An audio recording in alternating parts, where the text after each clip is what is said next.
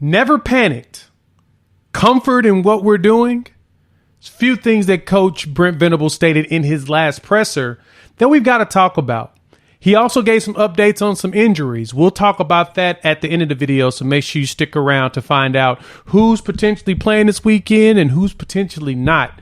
So let's dive, though, into one of the players that Coach Venables was really excited about and thinks that we should probably keep our eyes on because he may see a lot more rotational play than anticipated originally this season.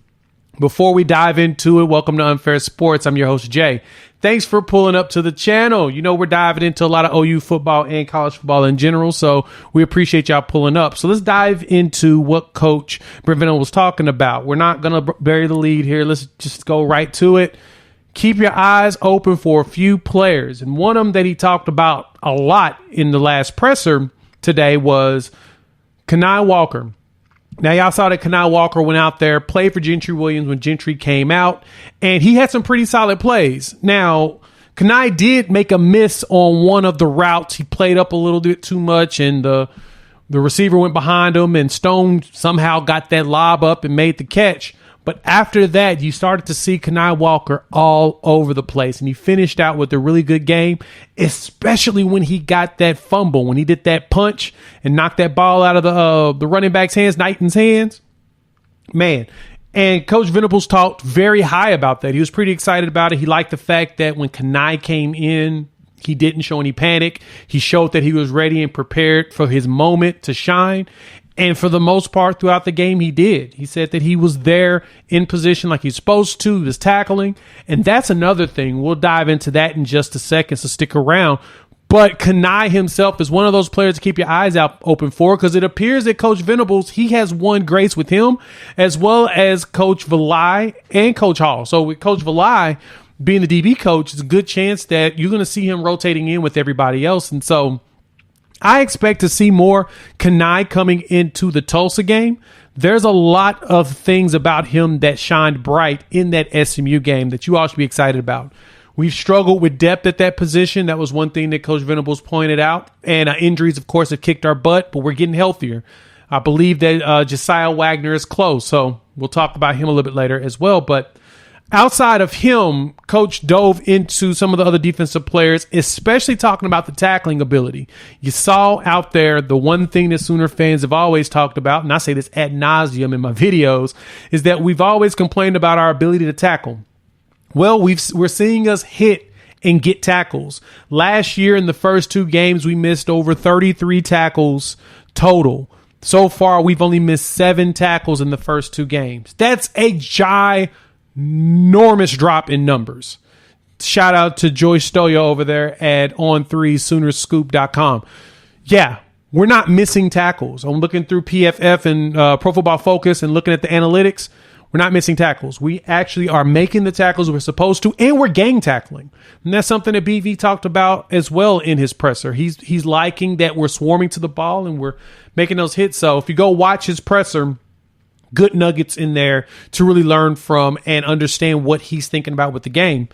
BV also talked, of course, about the offense. He made mention about some players there. He talked about Gavin Freeman and that drop he got across the middle.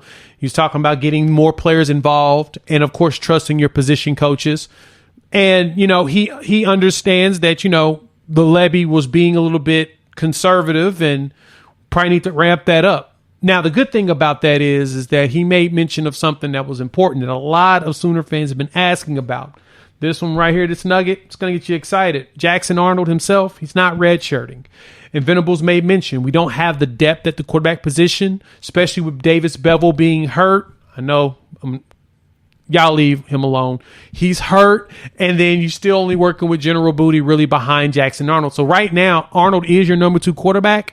We can't afford to redshirt him. We got to play him. And so that, I guess, the jackhammer play that we had where we had him like the belldozer, I don't anticipate us seeing that going forward. If you watch my video earlier that I talked about Lebby and his change, I see that Lebby's going to go ahead and change things up in the way that he calls the game, get a little bit more aggressive. But the anticipation is that we'll see more Jackson Arnold packages. That includes him throwing the ball. Now, remember, Jackson Arnold is a scrambler. He can run. He's really good at that. And so we know that he's going to run the ball. He's going to scramble. He's good for the RPO because he's so talented athletically. Levy was trying some things out, but I anticipate that package is going to include passing plays, and we're going to see a lot more of him as the season progresses. But this is still Dillon Gabriel's team, and Jackson Arnold even said that ad nauseum, and every time he's asked around every corner. He's there to learn. He doesn't have the full playbook down yet. He's still learning. He's still absorbing, and Dillon Gabriel's helping him progress faster. And so Dillon Gabriel still is having a good season so far. BV made mention we'll see a lot more Jackson Arnold through there.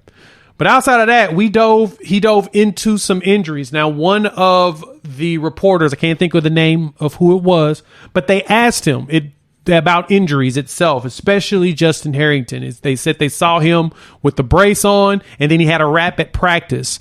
And the question is, what's the prognosis? Are we going to see Harrington this weekend? And BV said that he's banged up.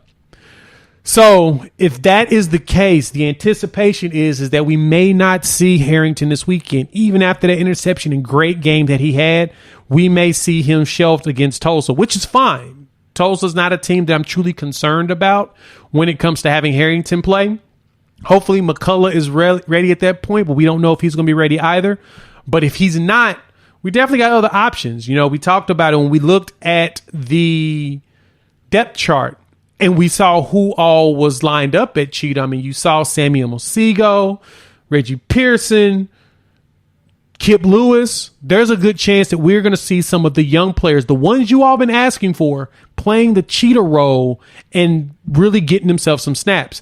I also anticipate seeing a lot more Peyton Boeing. And that was something also BV made mention of. He's going to get a lot more snaps just because of how good he is and how just ball hawkish he is. He's proven that it's time for him to get more snaps. And because of that, I anticipate seeing him at the cheetah role as well. So we'll have a good rotation there. Any excuse to get Peyton Bowen on the field is a good thing.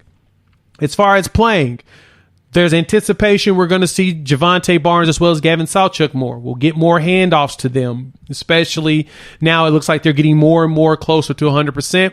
We don't want to use them up before we hit Big 12 play. They should definitely be playing in. And then the last one, Gentry Williams. Y'all saw him leave the game against SMU. He came back in for a few more snaps and then came out to finish the game as Cani Walker wrapped things up for him.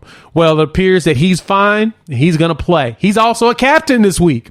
So that tells us everything we need to know, right? That tells you that he's definitely going to be in the game. And so we're excited to see that we'll have all of the guns out there blazing as we prepare to take on University of Tulsa up in Tulsa. We'll bus up there and we'll, this game I anticipate all of the floodgates getting open, more packages shown, and the score similar to what Washington did to them last week. We're going to go out there and play our butts off. So hop in the comments. Let me know how you feel about the BV presser. If you've seen it, tell me your thoughts. If you haven't, what you think about the synopsis I gave. Thoughts on some of the players I may mention, Cani Walker, Jackson Arnold, Gavin Freeman, all of them. Give me your thoughts and your feels. If you've made it this far and you like the content, hit the like button. If you're new to the channel, subscribe. Love to have you join us long term. We're growing the channel, and you all are going to get us to 11,000 very fast. The goal was 20,000 by the end of the season. We might be able to hit it if y'all keep coming up. So YouTube says watch one of these videos. I highly recommend it. And please share. Why? Because sharing is caring. We will chop it up soon. We're going to talk polls, and the next episode of the Unfair Sports Podcast will launch on Wednesday morning. We'll chop it up soon. Peace.